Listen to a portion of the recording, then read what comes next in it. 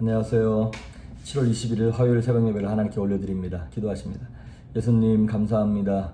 선물로 허락하신 새 생명, 오늘도 믿음으로 살기를 소망하옵나니 나보다 나를 더 잘 아시는 주님께 우리의 인생을 내맡기게 하시며 하나님의 인도하심 가운데 오늘도 거룩하게 승리하며 살아갈 수 있도록 하늘의 기쁨을 빼앗기지 않고 담대할 수 있도록 은혜를 베풀어 주옵소서. 말씀 가운데 함께 하시길 소망하며 예수님의 이름으로 기도했습니다. 아멘. 우리의 찬송가 186장, 대찬송가 254장, 내 주의 보혈은 정하고 정하다 찬양하십니다. 내 주의 보혈은 정하고 정하다 내 죄를 정케 하신 주 나오라 하신다. 내가 주께 오직 은가니 십자가의 보혈로 날 씻어주소서. 약하고 주해도 주께로 나가며 주시고내 주함을 또 씻어주시네. 내가 주께로 지금 가오니 십자가의 보혈로 날 씻어주소서. 나오라 하시니 온전한 믿음과 또 사랑함과 평안함 나주려 함이라. 내가 주께 오직 은가오니 십자가의 보혈로 날 씻어주소서. 은죄인 복받아 살길을 얻었네. 한없이 넓고 큰 은혜 베풀어주소서. 내가 주께로 지금 가오니 십자가의 보혈로 날 씻어주소서. 그 피가 맘속에 큰 증거 됩니다. 내 기도 소리 들으사 다 허락하소서. 내가 주께로 지금 가오니 십자가의 보혈로 날 씻어주소서.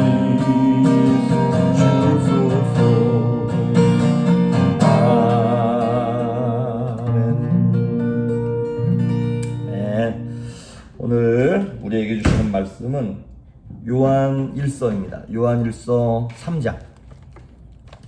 요한일서 3장 5절부터 9절에 있는 말씀까지 보십니다.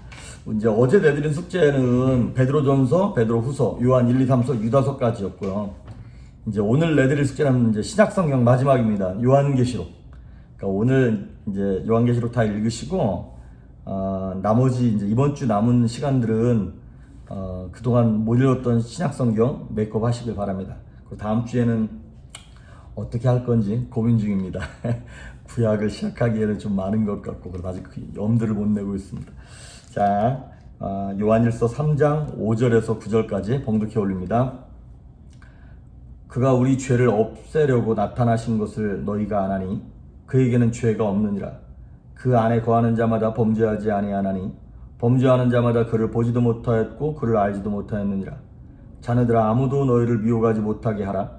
의를 행하는 자는 그의 의로우심과 같이 의롭고 죄를 짓는 자는 마귀에게 속하나니 마귀는 처음부터 범죄함이라. 하나님의 아들이 나타나신 것은 마귀의 일을 멸하려 하심이라. 하나님께로부터 난 자마다 죄를 짓지 아니하나니 이는 하나님의 씨가 그의 속에 거함이요 그도 범죄하지 못하는 것은 하나님께로부터 났음이라. 아멘. 오늘 되게 이제 요한 일서가 되게 짧지 않습니까?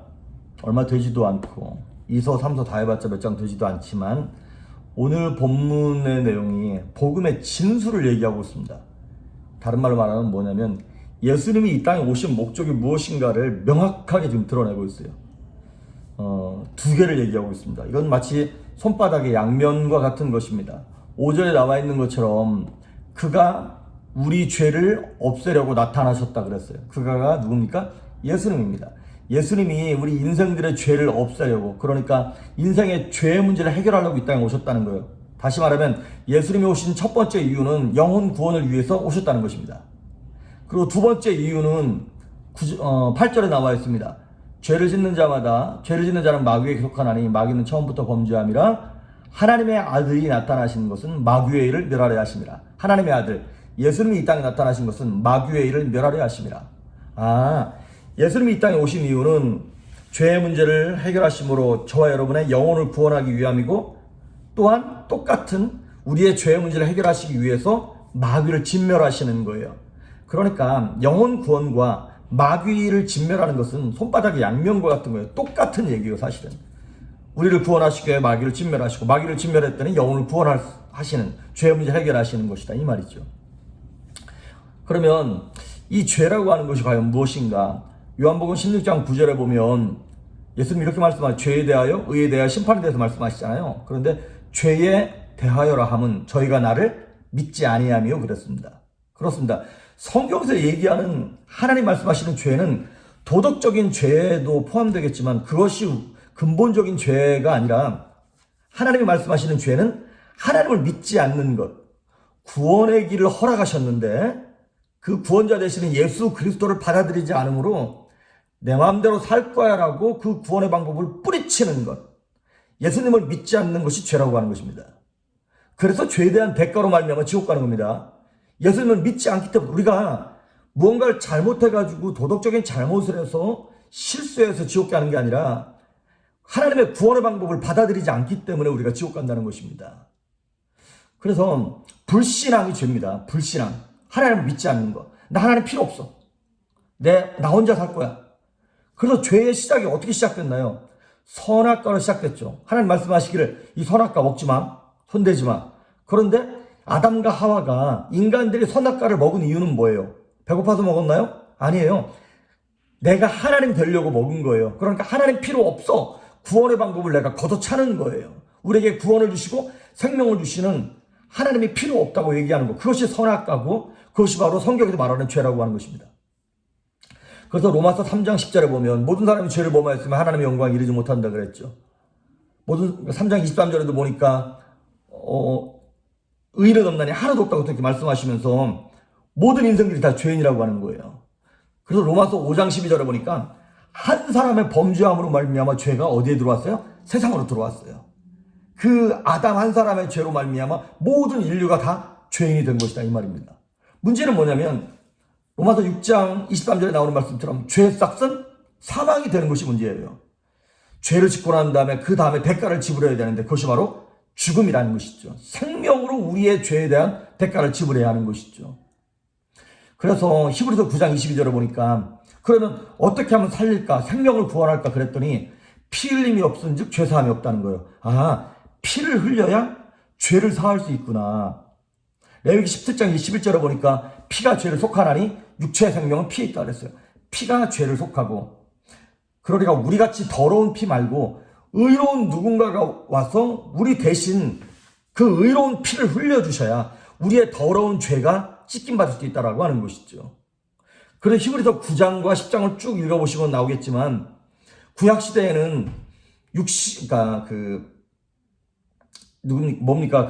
짐승을 잡아가지고 피를 흘렸어요. 그런데 그 짐승의 피는 육체의 어떤 죄만 정결케 할 뿐인 것이지 해마다 우리로 하여금 기억나게 하고 우리를 온전케 죄를 씻을 수 없다라고 히브리서 9장과 10장에 얘기하고 있습니다. 하지만 예수님의 피는 우리의 양심을, 영혼을 깨끗하게 한다. 이 얘기를 하고 있는 것입니다. 그래서 로마서 8장에 보면 1절과 2절을 보니까 누구든지 그리스도 예수 안에 있는 자에게는 결코 정죄함이 없나니 그리스도 예수 안에 있는 생명의 성령의 법이 죄와 사망의 법에서 우리를 해방했다는 거예요. 우리는 제가 아무리 제 자식을 사랑해도 그 자식을 위해 죽어줄 수는 있지만 나도 역시 더러운 피고 죄의 후손이기 때문에 내 피가 소용이 없다 이 말이죠. 그런데 하나님의 아들 되시는 예수 그리스도께서 성령으로 잉태하심으로 하나님의 씨앗 되시는, 하나님의 씨가 되시는 의로운 메시아가 우리랑 똑같은 육체를 입고 오셔서 나를 대신하여 우리를 대신하여, 아니죠, 아담의 죄를 짊어지신 거죠. 우리는 그 아담에 속한 자들이니까. 그러다 아담의 죄를 짊어지시고 십자가에 달려서 피를 흘려주심으로 그를 믿는 사람들마다 하나님의 자녀가 되는 권세를 주셨다고 요한복음 1장 12절에 얘기하고 있는 것입니다. 그래서 우리는 죄의 자리에 있다가 이제 하나님의 자녀로 어댑트가 된 거예요. 양자로 우린 부르심을 받은 것이죠. 그러니까 우리는 구원받은 것이 우리의 공로나 수고나 노력으로 말미암아 된 것이 아니라 돌 감람나무에서 꺾여서 참 감람나무가 되시는 예수님께 접붙임을 받아가지고 그 생명을 이제 공급받은 사람들이라고 하는 것입니다. 그래서 예수 믿기 전에는 우리가 하나님의 심판 앞에 서잖아요. 그러면 우리식으로 말하면 형사재판을 받는 거예요. 형사재판을 딱 받아가지고 그냥 지옥이라고 하는 감옥에 딱 갇혀서 죽어야 되는 거예요. 그런데 예수 믿고 난 이후에 죄를 짓는 것은 이건 형사재판이 아니라 민사재판감인 거예요. 그러니까 이건 뭐 이렇게 감옥에 갇히는 것보다는 거기에 대해서 내가 혼이 나는 거예요. 하나님의 사랑의 매를 우리에게 드시는 것이다 이 말이죠. 그래서 우리가 이 결국에는 하나님을 영접함으로 말미암아 이 땅에서 뭐를 하는 거냐면 우리의 영뿐만 아니라 혼과 육체가 온전히 이제 구원의 날까지 기다리면서 뭘 하는 거냐면 인내하는 것입니다. 그래서 우리가 읽지는 않았습니다만 요한일서 3장 2절에 보면 이런 말이 나와요. 사랑하는 자들아, 우리가 지금은 하나님의 자녀라. 장래에 어떻게 될지는 아직 나타나지 아니하였으나, 아직 장래에 뭐 천국이 온 건 아니죠. 아직 나타나진 않았지만 예수님이 재림하신 게 아니니까 그가 나타나시면, 예수님이 재림하시면 우리가 그와 같을 줄을 아는 것은 그의 참모습 그대로 볼 것이기 때문이니. 그래서 3절에 보니까 주를 향하여 이 소망을 가진 자마다 그의 깨끗하심과 같이 자기를 깨끗하게 하느니라. 이제 죄에서 구원받은 저와 여러분은 인내하면서 하나님의 거룩하심을 닮아가면서 이 땅에서 범죄하지 않고 살아가려고 애쓴다는 것이죠. 소망을 품고. 그래서 이 소망이 있는 자들마다 자기를 깨끗하게 합니다. 마치 우리 춘향전에 보면 춘향이가 이몽룡을 기다리고 있잖아요. 자기가 사랑하는 애인을. 그러니까 누굽니까? 변사또가 와서 막 수청 들으라 그러고 막 온갖 고난을 당하고 수모를 겪으면서도 정절을 지키는 거예요. 이몽룡을 기다리는 그 소망이 있으니까. 그래서 딱 이몽룡이 왔을 때 춘향이는 부끄럽지 않아요.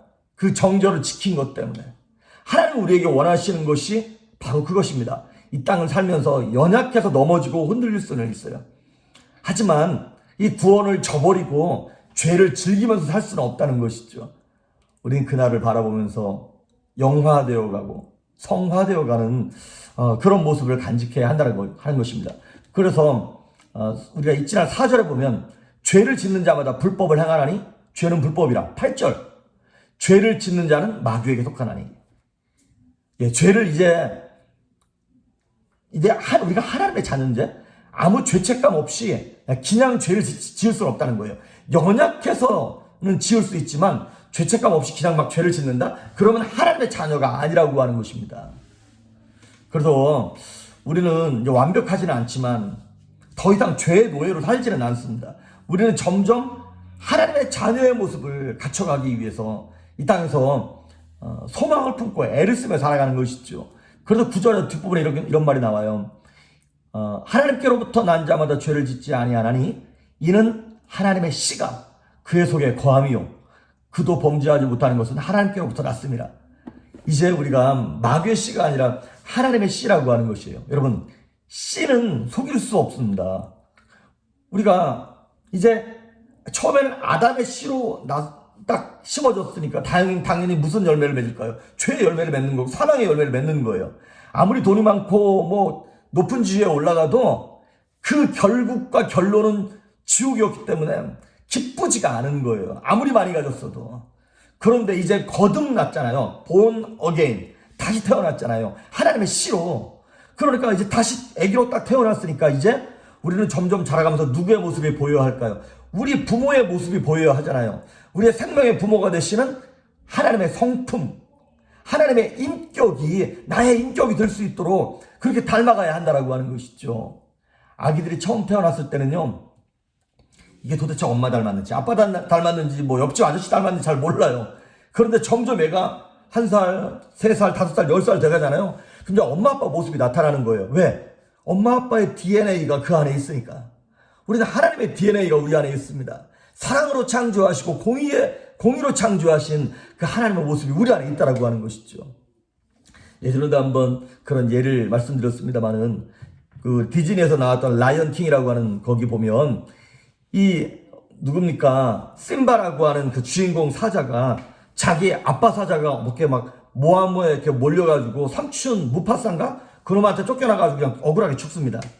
그러니까 거기서 상처받고 자기가 너무 겁이 나니까 그 미어캣이랑 돼지새끼 한 마리랑 어디 그냥 정글로 도망가 버려요. 그래서 자기가 사자, 밀림의 왕자라는 걸 깨닫지 못하고 잊고 싶은 거예요. 그래서 막 그 돼지랑 같이 풀 뜯어먹고 뭐 벌레 잡아먹고 그러면서 막 그렇게 사는 거예요. 그러다가 어느 날 딱 그 뭐 물 먹으러 갔는데 물에 비친 자기의 모습을 보니까 이게 완전히 성장해가지고 이제 밀림의 왕자다운 딱 깃털이 딱 있는 거예요. 그때 그 영상에서 그 아빠의 모습이 딱 겹치면서 아빠가 자기한테 그런 말을 해요. Remember who you are. 이렇게 나와요. 네가 누군가를 기억해라. 우리가 어렸을 때는 부족했을 때는 넘어질 수 있고 범죄할 수 있고 쓰러질 수 있어요. 하지만 1년, 5년, 10년 신앙이 점점 커나가면서 우리에게서 하나님의 DNA가 나타나야 됩니다.